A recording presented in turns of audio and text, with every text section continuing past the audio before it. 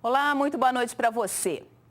A Fundação Ezequiel Dias, em BH, abriu as portas para as crianças terem contato com os animais peçonhentos. Medo todas elas têm, mas a curiosidade sobre cobras, aranhas e escorpiões superou o frio na barriga. Olha como foi essa experiência. Olhares atentos e curiosos. O que chamou a atenção? Os escorpiões, eu não imaginava que eram tão grandes e o ferrão é bem afiado. Ver de pertinho, milhares de vezes maior, insetos, animais peçonhentos, mexeu com a criançada. Eu achei interessante que a cobra, ela tem, como o corpo dela é fino e ela é bem comprida, os órgãos dela são um atrás do outro, bem espremidinhos. Além de conhecer os hábitos, a importância dos bichos para a natureza, meninos e meninas puderam ver como é a extração do veneno e todo o processo de produção do soro, feito para salvar vidas. É super interessante ver tudo sobre o que acontece lá dentro. Às vezes são coisas que no cotidiano são despercebidas pelas crianças, mas que na medida que elas têm esse contato, talvez sejam até incentivadas, não só a se perceberem enquanto beneficiárias das ações de saúde que são feitas, e essas ações de saúde só existem em função do desenvolvimento científico e tecnológico, mas quem sabe até não venham a se interessar para ser pesquisadores e apoiarem também no desenvolvimento de novas tecnologias em saúde. Uma criança de 8 anos caiu numa cisterna que estava com a tampa solta. Foi em Ubá, na Zona da Mata.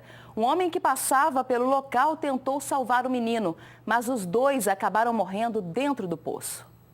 A cisterna onde a criança caiu fica na calçada em frente a um terreno particular que está vazio. Segundo os bombeiros, Cauã Martins, de 8 anos, chegou a ficar pendurado por um tempo, mas não resistiu e acabou caindo. Segundo os moradores, Cauã vinha pela calçada com os pais. A poucos passos de chegar em casa, o menino passou por cima da cisterna. Ainda de acordo com os moradores, apenas esta tábua muito fina cobria o poço. Com o peso da criança, ela se quebrou. Cláudio Marcos Eulálio, de 43 anos, passava de carro pelo local com o filho. Ao ver o tumulto, o homem parou para ajudar. Mas, infelizmente, a tentativa de resgate acabou frustrada. E quando ele entrou, ele deve ter desmaiado por causa do gás e morreu. Ele e o menino. Segundo os bombeiros, o poço tem 8 metros de profundidade. A água no fundo chega a uma altura de aproximadamente 1,5 metros. Devido ao calor que está fazendo aqui em Ubá e os gases que estavam lá dentro, provocou aqui a tontura e a pessoa que tentou fazer o resgate, infelizmente, entrou em óbito junto com a criança. O coordenador da Defesa Civil conta que notificou todos os lotes vagos do município de Ubá para que eles fossem limpos e cercados. Nesse caso, a gente vê que foi feito parcialmente aqui a limpeza, mas não fez o fechamento. E aí com o agravante dessa situação aqui de haver uma cisterna trazendo risco para a comunidade. A gente lamenta, nada vai trazer a vida do meu irmão, com certeza nada vai trazer a vida dessa criança de novo. Desmantelada uma quadrilha especializada em roubo a residências na cidade de Lagoa Santa, na Grande BH. Os 6 integrantes suspeitos foram apresentados hoje. Entre os 5 homens, uma mulher. Todos são suspeitos de participação na quadrilha que aterrorizava a cidade de Lagoa Santa, promovendo assaltos em residências com reféns. Eles eram extremamente violentos, eles amarravam as vítimas, ameaçavam de morte a todo momento, sempre na posse de uma arma de fogo. Segundo o delegado Josiane Teixeira Coutinho, Danilo Jesus da Silva, Matheus Gomes Soares Miranda e Diego Reis Alves foram reconhecidos pelas vítimas de 4 roubos. Eles foram presos na casa de Josiane, onde a polícia apreendeu objetos e veículos roubados, além de um revólver usado nos crimes. Nós não bate nem vítima não. Mas ameaçava, né? Que ameaçagem com a arma na mão é ameaçar? Nós já tá com a arma, pra que nós vamos ameaçar? O revólver que faz tudo. Para a polícia, o Wellington Christian Silva, conhecido como Meia-Noite, é o mais perigoso do grupo, com várias passagens. O homem apontado pela polícia como líder do bando foi preso durante uma blitz de trânsito. Ele dirigia um carro roubado e que tinha a placa clonada. O outro homem, que seria integrante da quadrilha, também acabou detido pelos policiais civis. Detalhe, ele foi preso em flagrante, cometendo um outro roubo. Samuel Sabino Benfica dos Santos estava em liberdade liberdade condicional pelo mesmo crime. Mas a tornozeleira não impediu que ele continuasse na ativa. Tem muita obra acontecendo por aí, Samuel? Ninguém te deu chance? Tem, mas quando tiver uma tornozeleira no pé, não tem vaga. Ele e o líder do grupo também foram reconhecidos por mais 2 assaltos. Bandidos levaram R$ 10.500 de uma lotérica de Poços de Caldas, no sul do estado. Veja. De acordo com a PM, 2 criminosos teriam ido a pé até o local para cometer o assalto. Armados, anunciaram o assalto e determinaram que elas passassem o dinheiro. De acordo com a polícia, os bandidos levaram cerca de R$ 10.500 da lotérica. Eles correram a pé e dobraram aquela esquina, sentido a rua Gama Cruz, onde a moto para a fuga estava estacionada. Esta vizinha, que não quis se identificar por estar com medo, estava na porta de casa conversando com um amigo e viu quando os bandidos fugiram na moto. Ele pegou, olhou em mim no moço, chacoalhou a cabeça e mostrou o revólver pra gente. Eu com o rapaz que ficamos com medo, nós começamos a tremer aqui. No local nós fizemos contato com a vítima, procuramos ao redor fazer contato com possíveis testemunhas, para ver se a gente conseguia chegar à identificação dos autores. Existem algumas suspeitas nossas, mas por enquanto são suspeitas. E nós vamos trabalhar nessas informações para que a gente possa também passar esses dados para a Polícia Civil para facilitar durante o processo de investigação. Você viu nesta semana a repercussão em todo o país do tráfico de drogas em 2 cidades mineiras. Uma delas é Serra da Saudade, o menor município do Brasil. Depois da reportagem, uma mulher e o filho dela, adolescente, foram detidos, suspeitos de praticar o crime em Dores do Indaiá. É neste bar, que fica a poucos metros da delegacia de Dores do Indaiá, que, segundo a polícia, funciona um dos maiores pontos de vendas de drogas na cidade. A dona do local é Cristiane Rodrigues, de 35 anos, presa com um filho de 15 anos com maconha e cocaína. Nada a dizer, tem nada a declarar, não. Você não quer se defender, prefeito? Não, de boa, tranquilo. Poucos dias antes da prisão, uma equipe do SBT usou uma câmera escondida e flagrou Cristiane vendendo drogas no bar. Ela e o filho já eram monitorados pela Polícia Civil. A polícia também investiga este outro bar, onde, segundo denúncias anônimas, o tráfico de drogas aconteceria até durante o dia. Nesta gravação, um homem identificado pela polícia como Márcio Greike Alves Pinto, de 40 anos, vende uma pedra de crack por R$10. Encontramos um irmão de Márcio, que nega que o local sirva para o tráfico de drogas. Eu não preciso desse tipo de coisa para viver, não, hein? Graças a Deus, não tem nada na vida, eu. Saindo de Dores do Indaiá, rodamos 40 quilômetros até Serra da Saudade. Serra da Saudade tem pouco mais de 800 habitantes e é o menor município do Brasil. Por ano, segundo a Polícia Militar, são registrados em média 10 boletins de ocorrência. E em 2014 até agora, não houve nenhuma prisão por envolvimento com drogas. Isso porque, de acordo com as investigações, a maior parte dos traficantes não é daqui. São bandidos de cidades vizinhas e que veem nessa tranquilidade um mercado promissor. No ano passado, em 2 operações nas cidades vizinhas de Dores e Estrela do Indaiá, mais de 30 traficantes que agiam também em Serra da Saudade foram presos. Existe sim alguns usuários de droga naquela cidade, né? Mas o crime de tráfico de drogas não é uma preocupação a princípio. 4 pessoas foram detidas suspeitas de tráfico de drogas na cabana do Pai Tomás, em BH.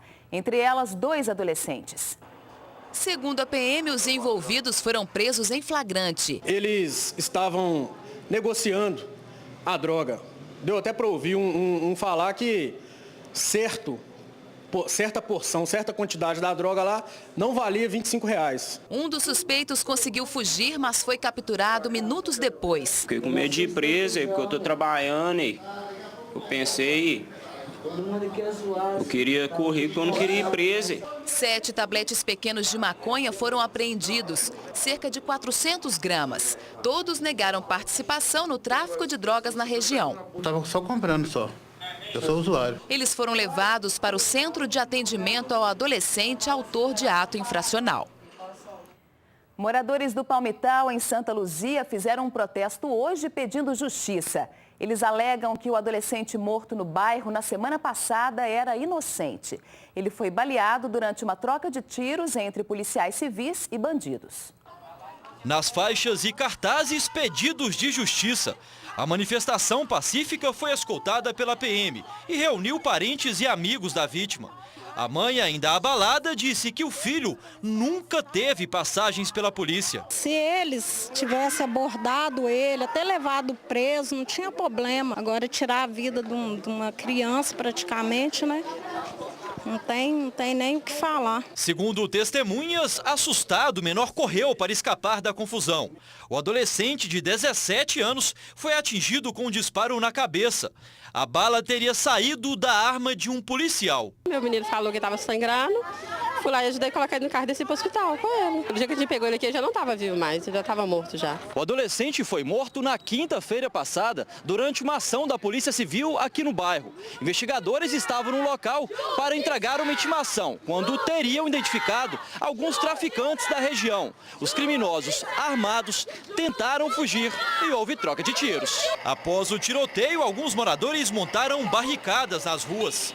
Um ônibus foi incendiado, mas segundo a mãe do adolescente, as ações criminosas e o clima tenso no bairro Palmital não tem ligação com a morte da vítima. O povo está aproveitando alguns aí da situação para usar, né? Tudo agora que vai acontecer isso, vão achar que é aqui, mas não tem nada a ver. Clima tenso também entre os candidatos à presidência da República durante o debate promovido pelo SBT Alterosa nesta quinta-feira. A troca de acusações foi acompanhada por eleitores em bares de BH. Entre uma cerveja e um tira-gosto, olhos grudados na telinha da TV Alterosa. Mas nessa quinta-feira, nada de futebol na TV. A capital brasileira dos bares aproveitou o horário de saída do trabalho dos mineiros para exibir o debate do SBT. Durante 1h30, os presidenciáveis debateram suas propostas de governo, mediados pelo jornalista Carlos Nascimento. Eu acho super importante para ir mostrando, né, para a massa mesmo a realidade, dando uma apertadinha nos candidatos, eu acho essencial. Nesse bar em Lourdes, zona sul da capital, até os garçons aproveitaram para assistir ao confronto entre Aécio Neves e Dilma Rousseff. Candidato. Eu nunca nomeei parentes para o meu governo. A senhora conhece o senhor Igor Rousseff?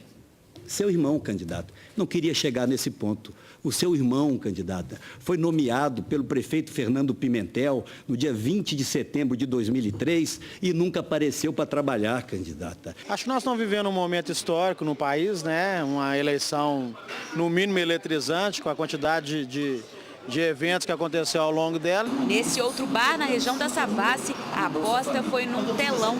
Eu tenho certeza que a inflação no Brasil está sob controle. A senhora reiterou nos 2 últimos debates que a inflação está sob controle. O seu secretário de Política Econômica disse que existe uma alternativa. Deixe-se de comer carne, passe a comer ovo. O ovo no seu governo já aumentou mais de 50%. Temos que ver o que vai restar para se comer depois que a população não conseguir mais comprar o ovo. Eu vejo cada vez mais o brasileiro, apesar de todas as dificuldades políticas e corrupções que a gente vem sofrendo, cada vez está mais estressado com a política. A gente vê com o crescimento das redes sociais, as pessoas estão interagindo mais, estão buscando mais, estão querendo as informações. A ideia de trazer uma discussão tão importante para a mesa do bar fez o maior sucesso. Acredito que através de ações como essa, o público pode ter mais acesso a informações para na hora de votar escolher melhor e tudo mais. É bom essa mobilização que existe em pró de um país melhor. Hoje nós fomos ouvir especialistas e o povo novamente para saber qual foi o saldo do debate. Um debate dinâmico, inovador e com interesse enorme por parte dos eleitores. Tanto que foi grande a repercussão nas ruas nessa sexta-feira. Muito bom, excelente. Eu achei o debate espetacular. Foi bom, pelo menos agora tem menos candidatos, ele tem condição de falar mais, de expor mais as ideias. O embate entre Aécio Neves e Dilma Rousseff também foi muito comentado nas redes sociais. Só nesse site foram mais de 500 mil de mensagens durante o programa. A explicação, segundo especialistas, foi o clima que ajudou a esquentar as discussões. Para essa cientista política e jornalista do estado de Minas, o confronto entre os presidenciáveis foi o mais agressivo das últimas eleições. Os debates nesse momento, o objetivo estratégico é mirar os indecisos, porque são esses indecisos que vão, de fato, definir a eleição. E a gente não sabe como que um indeciso recebe, que até neste momento ainda não definiu o seu voto, como que ele recebe um debate mais agressivo. Os internautas também opinaram sobre o resultado do debate. Pesquisa feita pelo site do jornal Estado de Minas, em que mais de 7 mil pessoas participaram, mostrou que 70% apontaram que Aécio Neves se saiu melhor. Mesmo sem um número concreto sobre o programa, esse diretor de um instituto de pesquisas da capital concorda e analisa um cenário político nesse segundo turno. É muito característico nos nossos grupos de discussão que o eleitor, basicamente, ele não gosta de ataques, né? Ele prefere que hajam proposições, propostas, para se conhecer aquilo que o candidato vai fazer. Nós estamos medindo hoje Aécio na casa de 56% dos votos válidos e Dilma na casa de 44% dos votos válidos. A Dilma tem uma rejeição na ordem de 45% do eleitorado, o Aécio está na casa dos 29%, sendo que acima de 40%, 40% é o limite proibitivo para reeleição em cargos eletivos.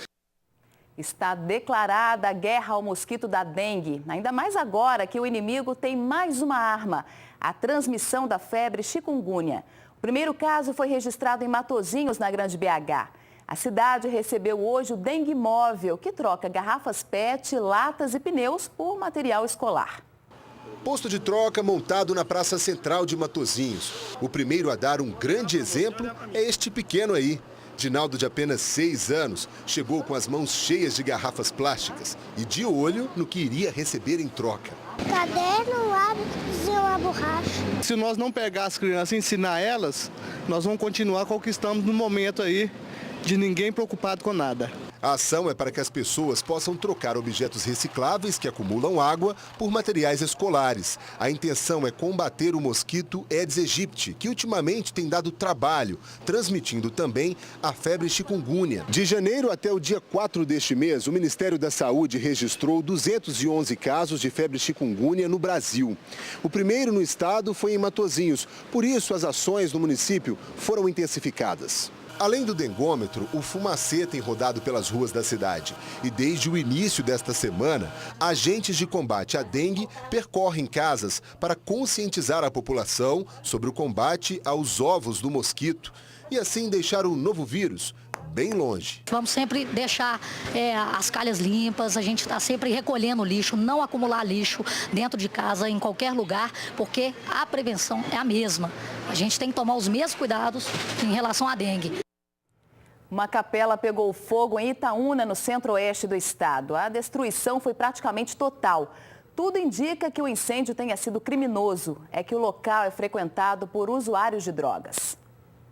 Os bombeiros gastaram aproximadamente 10 mil litros d'água para conter as chamas que começaram na madrugada dessa quinta-feira. Mais de 15 horas depois, ainda havia fumaça no interior da Capela do Senhor do Bonfim, em Itaúna. Os bombeiros informaram que há suspeita de que o incêndio tenha sido criminoso porque a porta principal estava arrombada. Na sacristia foram encontrados isqueiro, caixa de fósforo e garrafa plástica. Do lado de fora, pichações e garrafa de vinho. Segundo os moradores, o local é frequentado por usuários de drogas. Há essa queixa por parte da comunidade local com relação a essas pessoas que vêm utilizar drogas aqui no local, por ser um local ermo, né? Distante, zona rural. A capela foi construída por um fazendeiro de Itaúna há 161 anos. Este local fica a 2,5 km do centro da cidade e missas raramente eram realizadas aqui. Os bombeiros acreditam que as paredes não foram comprometidas pelo fogo, mas só um laudo de um engenheiro vai poder apontar se será possível uma reforma ou se toda a estrutura terá que ser demolida. Aqui se trata de sonhar uma reconstrução. De fato, a destruição foi praticamente total. Se trata de recuperar, não só porque é uma igreja que caiu, mas porque é um marco cultural, artístico, religioso também. Começou hoje em Juiz de Fora, na Zona da Mata, um rodízio no abastecimento de água. A medida foi tomada por causa da situação crítica da represa São Pedro, que opera com nível perto do zero. Enquanto isso, acredite, nossa equipe flagrou o vazamento na rede de abastecimento de um bairro. Problema que se arrasta há 4 dias.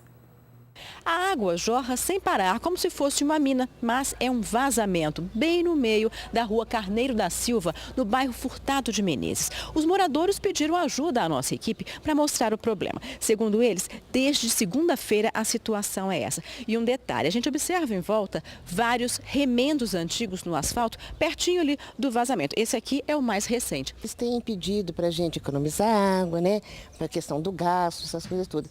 Então, nós estamos desde segunda-feira ligando para a Cesamo, solicitando que a equipe venha. E eles não vêm. Um detalhe que chamou a atenção, que a Cássia estava comentando, a água não tem cheiro de esgoto e nem é turva. Parece mesmo ser água tratada. A questão não é o asfalto, só o asfalto fundo, é a questão do desperdício da água, porque nós estamos sem água, né? O Antônio Carlos mora há 23 anos na rua e se assusta toda vez que vê o ônibus passando bem em cima da rachadura por onde a água está vazando. Essa rede vem para poder abastecer aqui. Aí, toda vez que o ônibus passa, eles vêm aqui, fazem um concertinho ali, daí uns 10, 15 dias, estoura. Aí a gente reclama e essa água aí já está direto assim. E eles querem que a gente vai fazer racionamento de água com essa água vazando aí. Nossa equipe tinha acabado de conversar com os moradores quando os funcionários da Cesama chegaram para arrumar o problema. A Cesama informou que o vazamento da água já foi contido. Confira agora a previsão da meteorologia para este sábado em Minas.